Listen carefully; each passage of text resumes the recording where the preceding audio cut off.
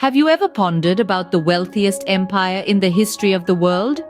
An empire that outshines even the well-known Roman and Persian empires in terms of wealth and influence. Welcome to the story of the Mali Empire. Rising from the remnants of the Ghana Empire around the 13th century, the Mali Empire was a beacon of prosperity and power. It was strategically located, nestled in the heart of West Africa, a position that allowed it to wield considerable influence over trade routes. The empire controlled and imposed taxes on almost all commerce passing through this region, accumulating immense wealth in the process. This wealth wasn't just material, it was a wealth of culture, knowledge, and innovation, making the Mali Empire a hub of African civilization. It was the beginning of an era that would be remembered as the Golden Age of West Africa, a period of unprecedented wealth and cultural richness. Thus began the Golden Age of West Africa, a period of unprecedented wealth and cultural richness. The Mali Empire was not just about gold and wealth, it was also home to some of the most prosperous cities of the medieval world. Take, for example, the city of Timbuktu. Now imagine a city gleaming with golden sandstone buildings, bustling markets filled with rich textiles, spices, and gold. That was Timbuktu, a city so wealthy that it was said to have streets paved with gold. Then there was Jenne, another gem in the crown of the Mali Empire. Jenne was renowned for its awe-inspiring architecture, with its great mosque being one of the most significant achievements of Sudano-Sahelian architectural style. The city was a marvel of engineering and a testament to the advanced building techniques of the time. But the prosperity of these cities was not confined to material wealth.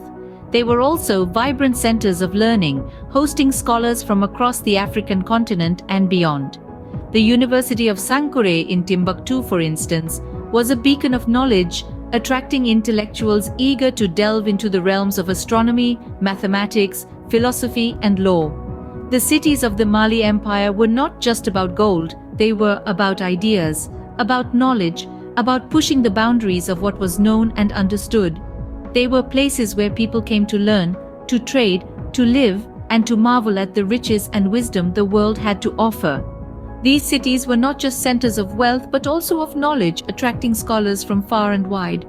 The Mali Empire was not just about cities and wealth, it was also about the people who led it to its golden age. The empire was shaped by the vision of two remarkable leaders, Sundiata Keita and Mansa Musa, who left indelible imprints on its history. Sundiata Keita, known as the Lion King, was the founder of the empire. He was not just a great warrior, but also a wise ruler. His leadership was pivotal in unifying the fragmented kingdoms in the region, laying the foundation of a prosperous and harmonious empire. The Epic of Sundiata, an oral tradition passed down through generations, recounts his heroism, wisdom, and benevolence, painting a vivid picture of a leader who was truly ahead of his time. Then we have Mansa Musa, a name that resonates with unimaginable wealth even today. His reign marked the peak of the Mali Empire's prosperity.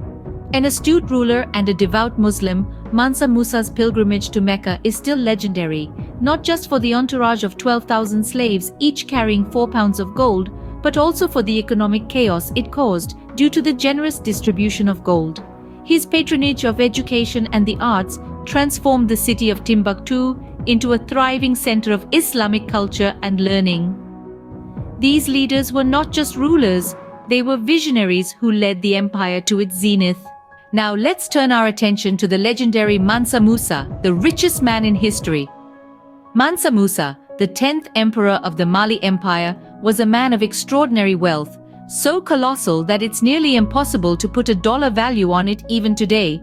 His riches were due in large part to the empire's vast production of gold and salt. But it was his legendary pilgrimage to Mecca in 1324 that truly put Mansa Musa on the global stage. Traveling with a caravan of 60,000 men and 12,000 slaves, each carrying a 4-pound gold bar, and 80 camels, each carrying up to 300 pounds of gold dust, Mansa Musa's journey was nothing short of spectacular. His extravagant spending in the cities he passed, particularly Cairo, was so excessive that it caused a currency crisis in Egypt that lasted a decade. Yet, Mansa Musa's legacy extends beyond his unfathomable wealth. He was a visionary ruler who recognized the value of education and infrastructure. He built schools across the empire and commissioned the construction of the legendary Sankore University in Timbuktu, attracting scholars from far and wide. His investment in infrastructure, such as roads and buildings, helped to bolster the empire's wealth and influence. Mansa Musa was not just a king, he was the embodiment of the Mali Empire's wealth and influence. His reign remains a shining example of Africa's rich and vibrant history. Like all great empires, the Mali Empire also had its sunset. The golden age of Mali, which had been filled with prosperity and grandeur, began to wane in the late 15th century. As we delve into the twilight years of the empire, a multitude of factors conspired to bring about its decline. Internal strife, often a bane of large empires, began to gnaw at the heart of Mali. Succession disputes and power struggles among the nobility led to infighting, weakening the central authority. The once unified empire began to fragment, with outlying provinces seeking independence, further diminishing the empire's strength. Simultaneously, the external threats were looming large. The rise of the neighboring Songhai Empire, with its ambitious leaders, posed a significant challenge. The Songhai, once a part of the Mali Empire, gradually chipped away at its territories, further destabilizing the weakening Mali. Moreover, the shift in trade routes played a significant role. As the center of trade moved towards the coast due to European exploration, the importance of trans-Saharan trade diminished. The Mali Empire, which had thrived on this trade, found its economic backbone cracking. Despite these challenges, the empire lingered on for a few more centuries. Its glory faded, but not forgotten. The Mali Empire may have faded into history, but its legacy of wealth and influence remains.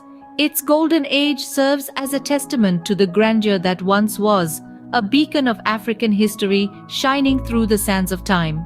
To sum up, the Mali Empire was a beacon of wealth and influence in the medieval world. Its rise from modest beginnings to a formidable African power, the thriving, prosperous cities that dotted its landscape, leaders of remarkable vision and prowess, and the legendary Mansa Musa all paint a vivid portrait of a golden age. Yet even the mightiest of empires faced decline, and Mali was no exception. The story of the Mali Empire is a testament to the timeless allure of gold and the enduring influence of visionary leadership. Thank you for joining us on this journey through West Africa's golden age.